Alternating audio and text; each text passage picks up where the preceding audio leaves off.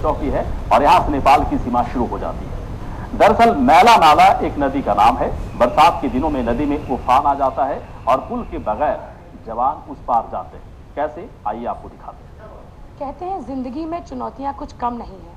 नेपाल से सिर्फ 1 किलोमीटर दूर एसएसबी की मैला नाला बीओपी में इस समय जहां हम जा रहे हैं, आप रास्ते को देख सकते हैं कि जो बाढ़ आई हुई है, बाढ़ के चलते रास्ता कितना इफेक्टिव हुआ है।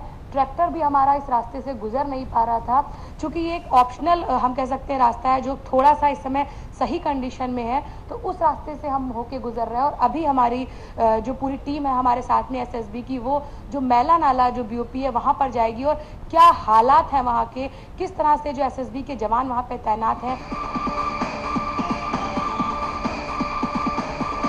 सुरक्षा के लिहाज से मैला नाला बीओपी बेहद अहम है। ये इलाका नेपाल से सटा हुआ है, जिसकी वजह से हर घुसपैठ का खतरा बना रहता है। लेकिन हेडक्वार्टर से मैला नाला जाने का रास्ता किसी मिशन से कम नहीं है। हेडक्वार्टर से हम गेरुआ नदी के लिए निकले जिप्सी में सवार होकर।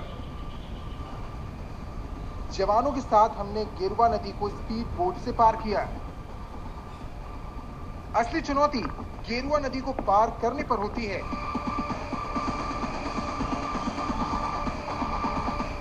यहां से शुरू होता है कतरनिया का घना जंगल और कच्चे रास्ते। इन रास्तों को ट्रैक्टर से ही पार किया जाता है। बिना ट्रैक्टर इन रास्तों से जाना मुश्किल ही नहीं, नामुमकिन है। ट्रैक्टर से हम पहुंचे मैला नदी के किनारे, जिसके उस पार मैला नाला बीओपी है।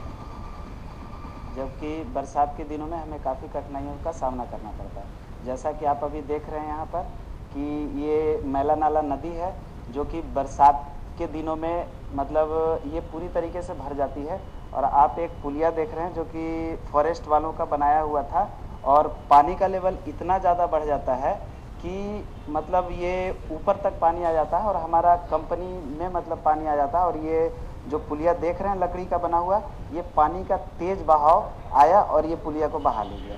तो इस ऐसे परिस्थिति में हमें बीओपी टू बीओपी जो लिंक पेट्रोलिंग हमारा होता है, इसमें हमें काफ़ी परेशानी होती है। जवानों की तरह इन तमाम परेशानियों को झेलते हुए हम पहुंचे मैला नाला चौकी पर। इस समय हम खड़े हैं मैला नाला बीओपी पे। मेरे ठीक पीछे आप देख रहे हैं नेपाल, जो वो सामने कुछ महिलाएं आपको दिख रही हैं, वो नेपाल वहां से शुरू हो जाता है। और इस मैला नाला बीपीओ से हम कह सकते हैं यही वो बीपीओ जो पूरी तरह से बाढ़ ग्रसित है। आप मेरे पीछे देख रहे हैं जो कुछ एसएसबी के जवान इस नाले को पार करते हुए आ रहे हैं। इस बाढ़ का आप देख रहे हैं किस तरह से जो प्रकोप बना हुआ है बाढ़ का, कि एक जगह से दूसरी जगह जाने के लिए इस पूरे जो ये नाला है इसको पार करना पड़ रहा है। और बाढ़ के चलते काफ़ी उफनाया हुआ है, काफ़ी जो हम कह सकते हैं जो बाढ़ का जो दायरा है वो काफ़ी बढ़ गया है, जिस वजह से इस नाले का दायरा भी बढ़ गया है। तो ऐसे में काफ़ी मुश्किलों का सामना करना पड़ रहा है इन जवानों को। सामरिक दृष्टि से मैला नाला पोस्ट सबसे अहम है, लेकिन समस्या कैसी भी हो, देश की सुरक्षा सबसे ऊपर है। और जवानों के साथ अधिकारी भी इस बात को अच्छी तरह से समझते हैं। यह पहले कुछ मतलब नेपाल मतलब डिस्ट्रिक्ट बर्दिया पड़ता है, और कुछ दिनों पहले सेंसिटिव रहा, और इसी कारण से हम लोगों को यहाँ तैनात किया गया है। और हमारा इसलिए इम्पोर्टेंट है यहाँ पर डिप्लॉयमेंट, क्योंकि ये मेनलैंड से कट ऑफ है। इस मुश्किल भरे सफर को हमारे जवान दिन में 2 बार करते हैं। एक छोटी सी भूल इन जवानों और देश के लिए परेशानी का सबब बन सकती है।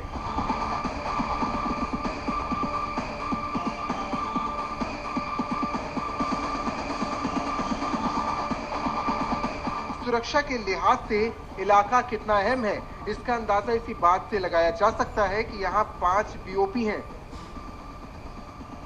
जिनमें 400 से ज्यादा जवान तैनात किए गए हैं। मॉनसून और उसके बाद के महीनों में इस इलाके में बाढ़ का पानी भर जाता है, नदियां उफान पर होती हैं, फिर भी ये जवान देश की सेवा के लिए बहादुरी से डटे रहते हैं। और इस पूरी समस्या का जवान मिलजुल कर बुलंद हौसलों के साथ सामना करते हैं। इसमें महिला सिपाहियों की भी पूरी भूमिका रहती है। सीमा पर तैनात महिला सिपाही भी हर चुनौती का कंधे से कंधा मिलाकर सामना करते हैं।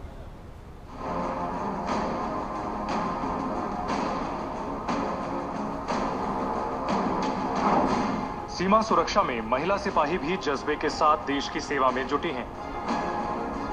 हर मौसम से बेअसर, हर परेशानी को पीछे छोड़ते हुए ये महिला सिपाही अपनी ड्यूटी को अंजाम देती हैं। इलाके की परेशानियां भी इनके जज्बों को कम नहीं कर पा रही। हर चुनौती का सामना करते हुए ये पुरुषों के साथ कंधे से कंधा मिलाकर पूरे बॉर्डर की हिफाजत करती हैं।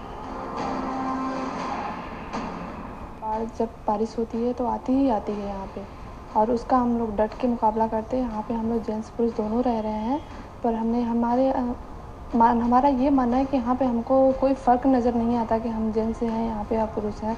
उसका डट का मुकाबला दोनों साथ में मिलकर करते हैं। फर्ज की राह में कई दिक्कतें आती हैं, लेकिन इससे इनका हौसला कम नहीं होता। बाढ़ की वजह से नानपारा का ये इलाका देश के दूसरे इलाकों से बिल्कुल कट जाता है। कभी कभी तो खाने पीने जैसी मूलभूत जरूरतें भी नहीं पूरी हो पाती। फिर भी ये पांव थकते नहीं और आंखें एक पल के लिए भी झपकती नहीं। निगाहें हमेशा सीमा पर तैनात रहती हैं।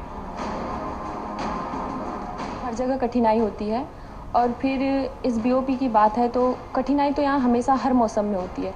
गर्मी में कहो तो बहुत ज़्यादा गर्मी, बरसात में कहो तो बहुत ज़्यादा बरसात, और बरसात में बाढ़ भी आ जाती है। यहाँ तक कि हमारा कैंप डूबने की कगार में होता है, बट हम लोग उसका भी सामना करते हैं। ऐसा कुछ नहीं है, कभी कभी 2-2, 3-3 दिन भूखे भी रहना पड़ता है। सुविधाओं की कमी से थोड़ी परेशानी तो होती है, लेकिन देश सेवा का जज्बा इन्हें आगे बढ़ने रहने का हौसला देता है। जाहिर है कि जब देश की बात आती है तो हर मुसीबत एक चुनौती बन जाती है और जवान चुनौतियों से कभी नहीं घबराते। Bureau report, Shri news.